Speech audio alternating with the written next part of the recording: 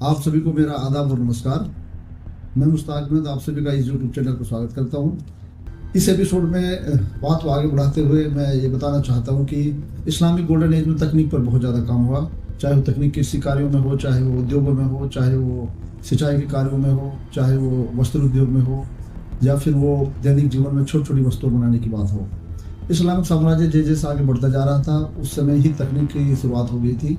8वीं शताब्दी की शुरुआत में ही हमें पंचक्यों का इस्तेमाल करने की जानकारी प्राप्त होती है। उसके अलावा इस्लामिक इंजीनियरों और कारीगरों ने जल टरबाइनों का इस्तेमाल करना शुरू कर दिया और क्रैंकशाफ्ट का इस्तेमाल करना शुरू कर दिया। जल को उठाने के लिए गेयर का इस्तेमाल किया जाने लगा, जिससे सिंचाई के कार्यों में बहुत ज़्यादा सुविधा होने लगी। इससे कृषि उत्पादन बढ़ा और खुशहाली का माहौल पैदा हुआ।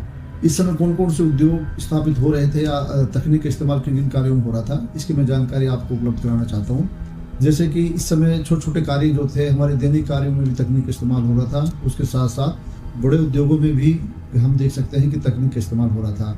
जैसे कि अभी मैंने बताया कि पंचक्की और जो है जल टरबाइन वगैरह का इस्तेमाल करके सिंचाई का कार्य किया जा रहा था। इस पानी का इस्तेमाल पीने के लिए भी किया जाता था।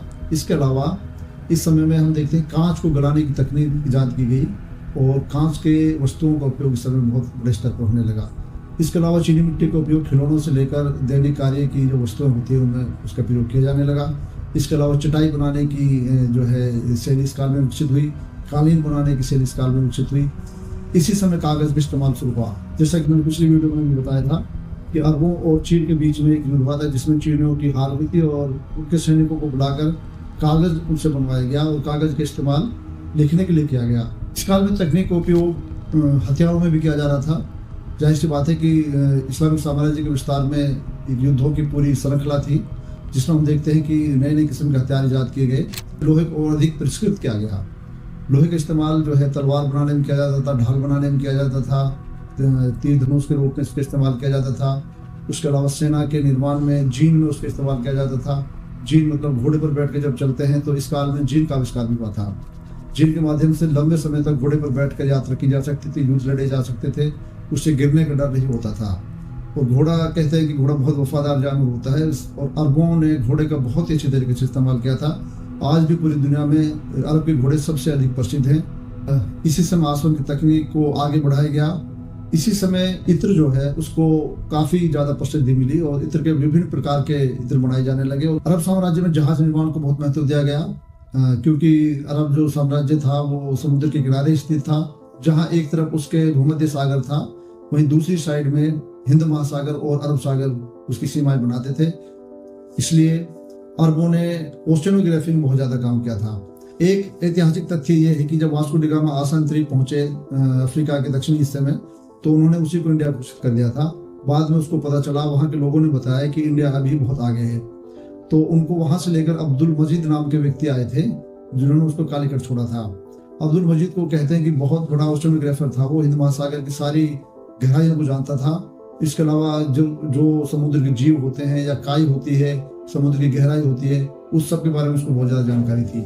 इससे ये पता चलता है कि अरब साम्राज्य में ज्ञान का विस्तार सिर्फ जो है अध्ययन तक ही सीमित नहीं था, बल्कि उसको व्यवहारिक उपयोग भी किया जा रहा था। ज्ञान की कोई सीमाएं नहीं होती, वो धीरे धीरे अन्य क्षेत्रों में भी फैलता है और ये ज्ञान धीरे धीरे 11वीं शताब्दी के आसपास यूरोप की तरफ पलायन करने लगा। हमें ये पता चलता है कि सबसे पहले कांच की फैक्ट्री ग्रीस में बनाई गई, जो 11वीं शताब्दी में बनाई गई थी। इसको बनाने वाले लोग कोई और नहीं बल्कि मिस्र के कारीगर थे। इसी क्षेत्र में नई तकनीकों का इस्तेमाल इसी समय शुरू हुआ और जो बाहर से बहुत सारी फसलों का आगमन जो है वो अरब साम्राज्य में हुआ, जिन्होंने खट्टे फलों के लिए चीन से बीज प्राप्त किए। बाहर से उन्होंने चावल, गन्ना और कपास की खेती के जो है के अनुभव को प्राप्त किया। उसके साथ साथ उन्होंने अफ्रीका से ज्वार जैसी खेती का उपयोग करना शुरू किया। कृषि क्षेत्र में भी उस समय वहाँ पर बहुत सारे बदलाव हो रहे थे और सिंचाई के लिए रहर जैसी तकनीक का उपयोग किया जाने लगा था।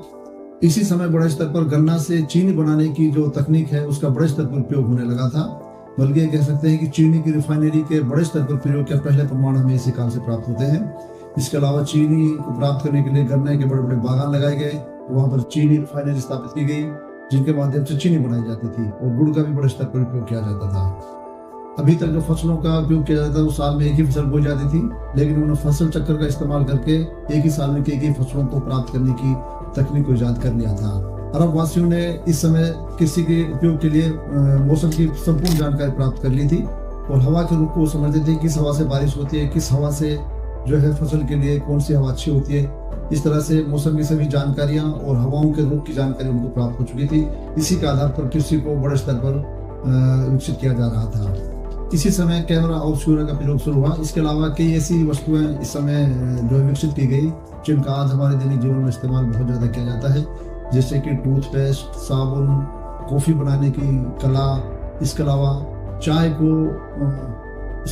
का इस्तेमाल करना और मील का इस्तेमाल करना। ये सारे एक उद्योग के रूप में धीरे धीरे स्थापित हुए आधुनिक युग में, और इनको पुरस्कृत करने की शैली जो है अरब साम्राज्य में स्थापित हो चुकी थी।